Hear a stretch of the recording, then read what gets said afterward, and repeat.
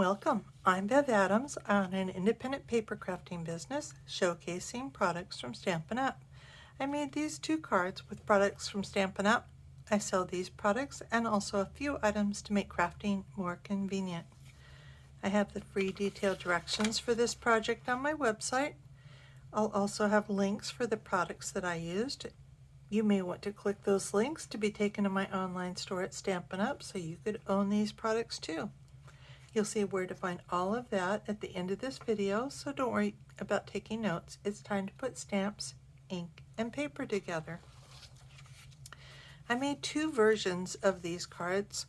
Frankly, I was looking for the designer series paper. This is all from the two-tone floral bundle. So this is the two-tone floral dies and the two-tone floral stamps. And then there's also the Fancy Flora Designer Series paper. I couldn't find my Fancy Flora Designer Series paper because I was thinking it was 12-inch, and I was looking with my 12-inch paper. Couldn't find it. It was with my 6-inch paper because that's the way it comes.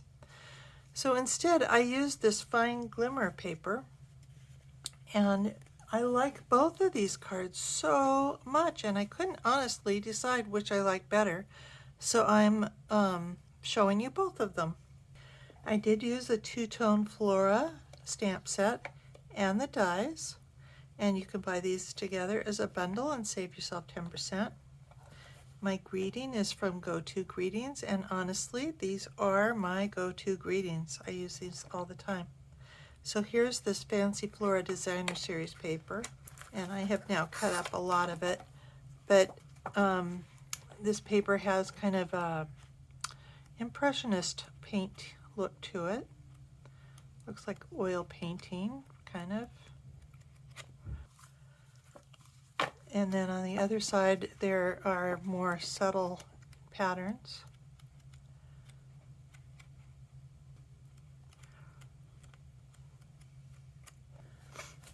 I am also using a Stamparatus with this project.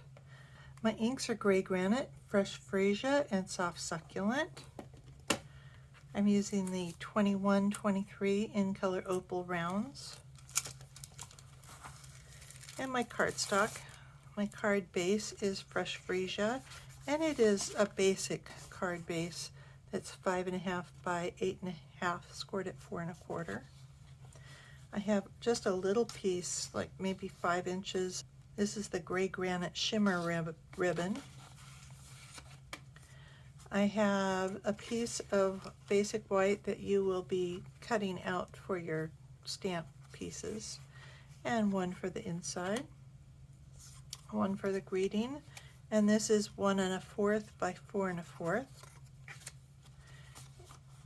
And either one of those backing pieces, because this die is almost the same size as a card base, you could actually do the same project using Gray Granite for your card base and cutting the card base and then putting your backing on the inside. That would be beautiful. Or you could also, because I wanted this frame around it, you could also decide not to use the frame and then just cut out pieces of it and do it that way. And I'm cutting the Gray Granite. So this Gray Granite piece is just a 1/16 of an inch smaller than a 1/4 of a piece of cardstock. So a 1/4 of a piece of cardstock is 4 1/4. So if you just take it back one of these little tiny lines, so these are 1/16, so it's 1, 2, 3 1/16, and this is 5 1/2, which is a 1/4 of a piece of cardstock, and again cutting it back 1/16, one of these little tiny lines. A 1/2 inch is 8/16, so this is 7/16. And by the same token, I wanted this almost as big as the 1/4 sheet. So these are 4 by 5 3/8. I went with 4 inches because that's evenly divided the 12 by 12 paper. You will also need the large Stampin' Cut and Emboss machine, and I'm going to start there. In addition to this, you may want the Take Your Pick die brush tool. And so you need the number 1 platform, the number 2 die plate, a cut-up plate, and that piece of gray granite. Let's see if I can move this so you can see it. Piece of gray granite, and this die, and again, this is very tight fitting here. And with such a large detailed die, you may need to run it through more than once. So just because I know that I might have to do that, I'm going to go ahead and just plan on doing it. So going through back and forth. And then just to be sure, I'm going to flip this whole part of the sandwich over and run it through again back and forth. I might not really need to do all of that, and it all depends on your machine and how tight it is. And I usually hold this over the trash can. The die brush comes with a foam, but I find actually just holding it in my hand and rolling it on my hand over the trash can, so I don't have to bother getting that foam thing out.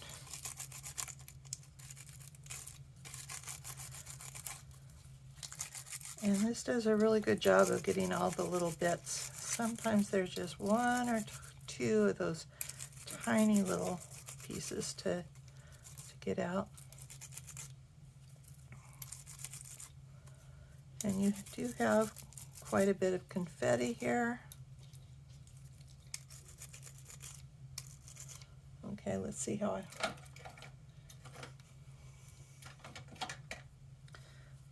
did. Do be careful, because these are very detailed pieces, so you don't want to tear your detailed piece. So be gentle.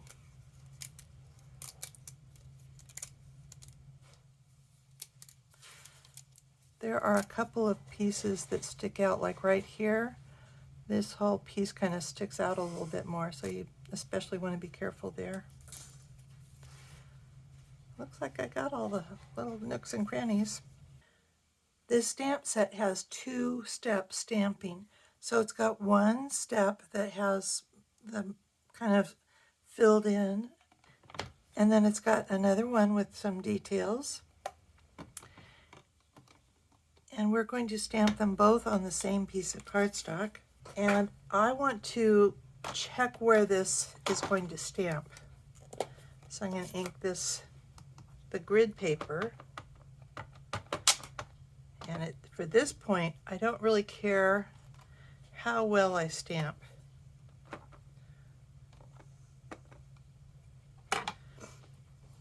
But I want to make sure that the paper is all the way in the corner,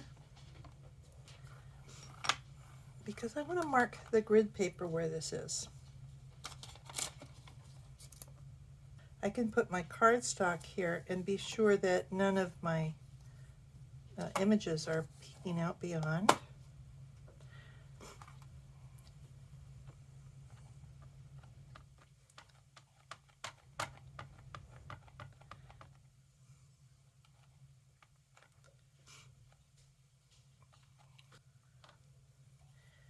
And I know this looks like a lot more work, but it's worth it. I'll show you why. So now I can stamp again, and I'm stamping all of the pieces. That looks kind of bubbly, but that's okay. So I think I actually like that part. And that is probably because I've got a little bit too much ink on my Fresh Freesia pad. And then I'm going to ink these, which should be in the right place. Let's double check. I'm going to ink these with the gray granite to get, not really highlights, but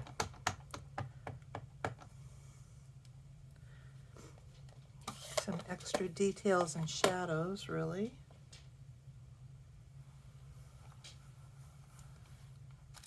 Okay. And then what I'm going to do is cut this out. By the way, you can close one plate, but you cannot close the second plate, so take it off and set it on top.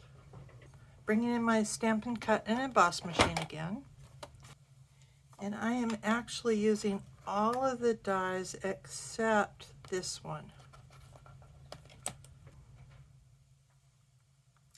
because we're going to use the frame part to cut other die cut pieces. So I think we've got it. Roll that through.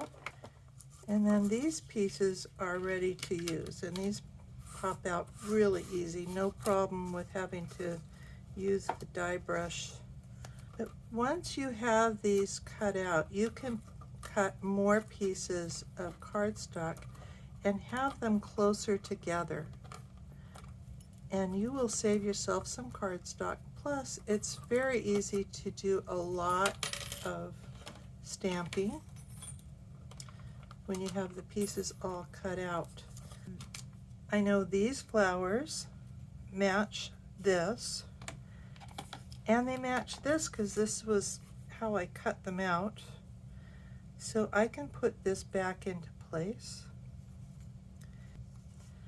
And again, make sure that the grid paper is in the corner because I've moved it around quite a bit. And now I can see where I can safely put the magnets. And then you can take these die pieces and put them in like puzzle pieces. So then we can stamp more by filling in the puzzle pieces and inking up our stamps again.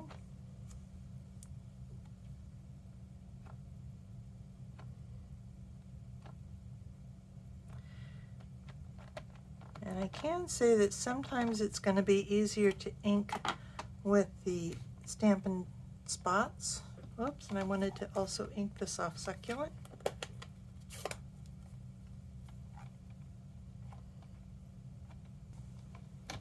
And stamp.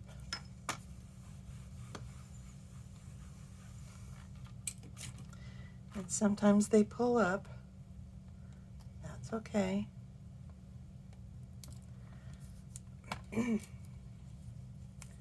These don't get the second highlights, but this does. Ooh, and this one's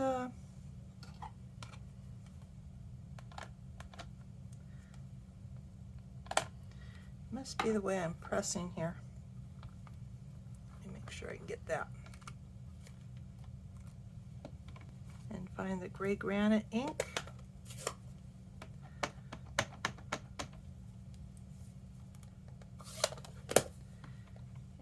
Highlights.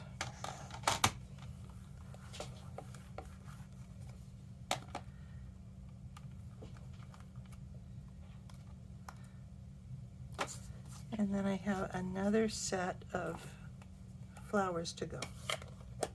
And for what it's worth, I find that the Take Your Pick tool is a perfect tool for picking up these pieces. You might want to give it a few seconds to dry so you don't mess up the ink there. Okay, once you get your die cutting and these stamps done, this part is pretty easy. We need to decide which one we want to use, and that's really up to you. Maybe I'll do the Designer Series paper just because it's different than that. Okay. I prefer the multi-purpose liquid glue. You want to see if you can go all the way around. If it's too narrow, don't worry about it.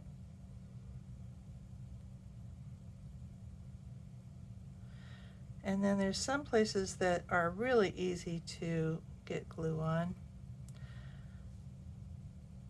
Then you start looking for the bigger pieces.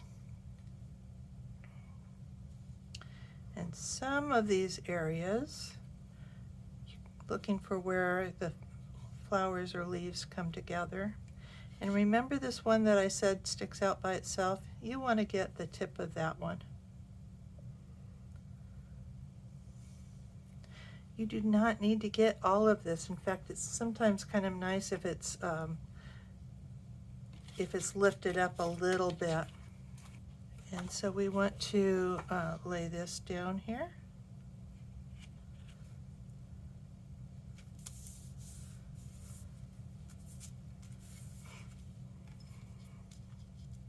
And this part can be popped up with dimensionals if you like. I'm just laying it flat.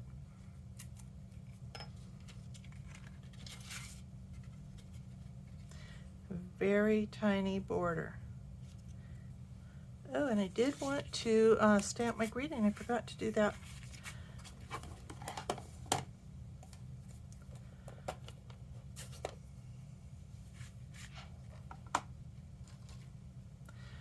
So I'm using Happy Birthday right in the middle.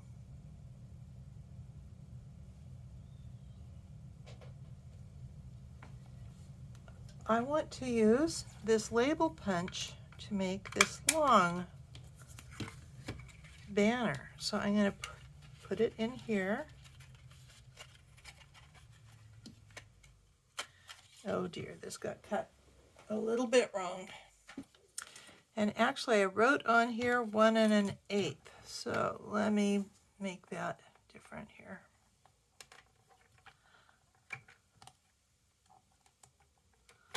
One and an eighth.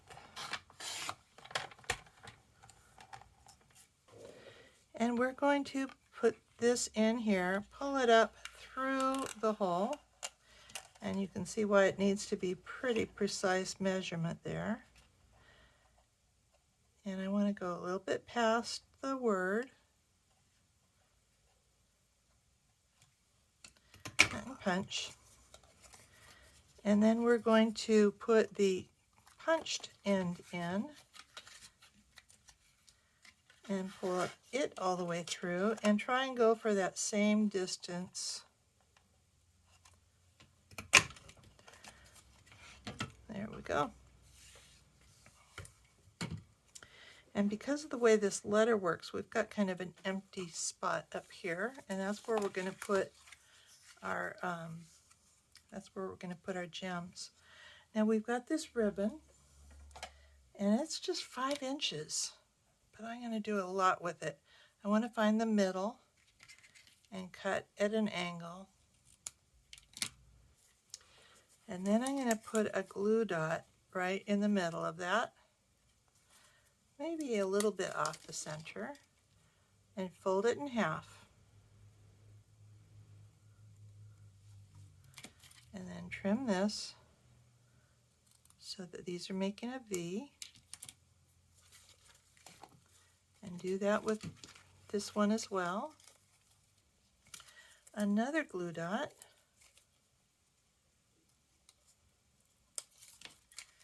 And then I'm going to glue that behind my tag.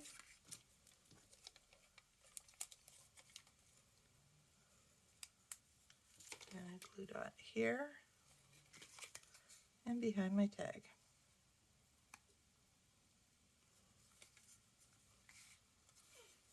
And we'll put some Stampin' Dimensionals here. And this was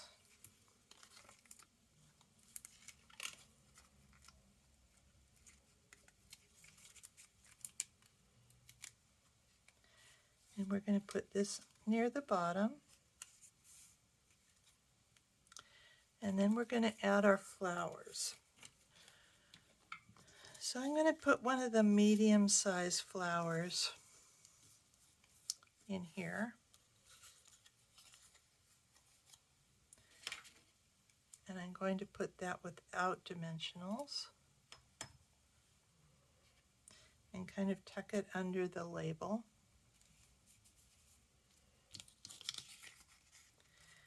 And then I want one of the smaller flowers.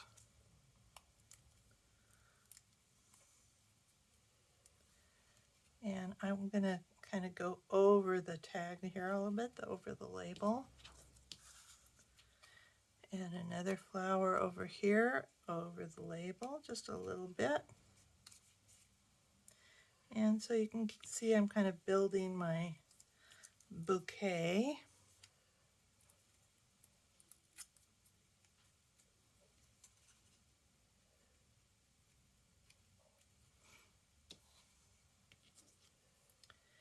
And I can't decide. I did use all of them here. I think I will. You don't have to use them all if you don't want, if you like a smaller bouquet.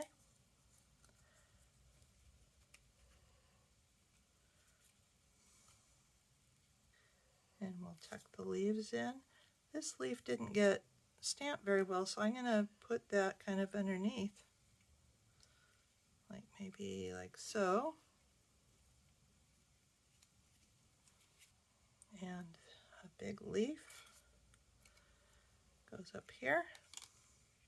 And I want to make use of this space up here, so I'm kind of going high on that one. And we'll put our gems on. These are so pretty. These colors basically all go. So I'm going to just pull the color that I want. There you go. Our inside piece, we have a blank white piece of cardstock, but that's okay. We're going to not leave it blank.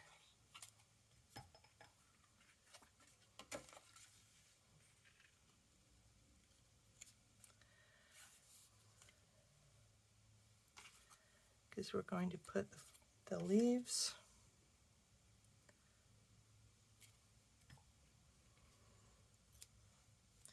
and the flower of your choice.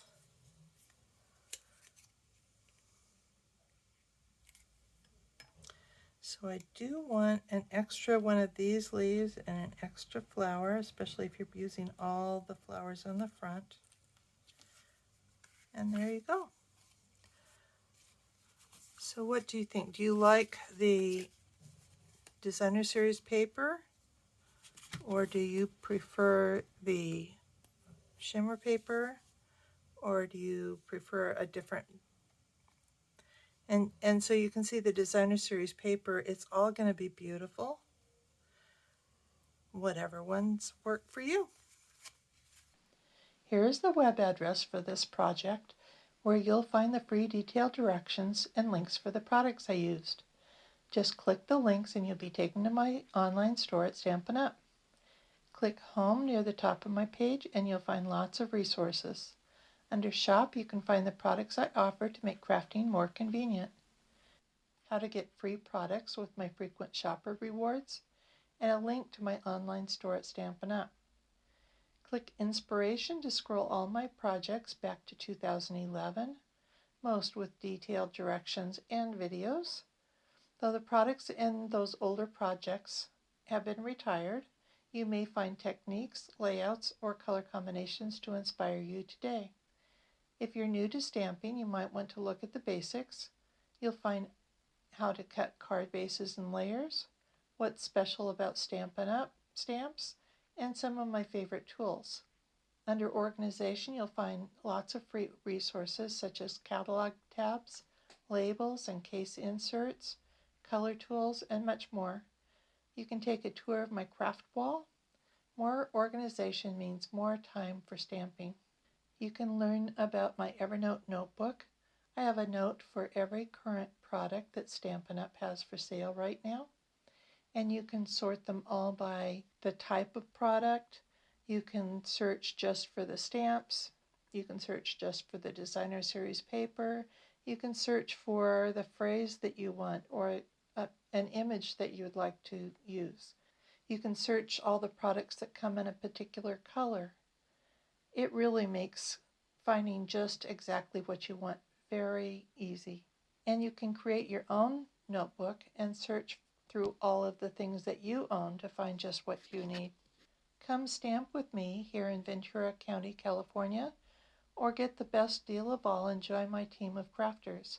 The team is called SIP Together, and it stands for Stamps, Ink, and Paper Together. The team is made of crafters who want to save money on the products they buy, share with a few friends, or start a Stampin' Up! Business like mine. Be sure to subscribe to my website and on my YouTube channel. I'd love to hear your comments. Thanks for joining me. Talk to you soon.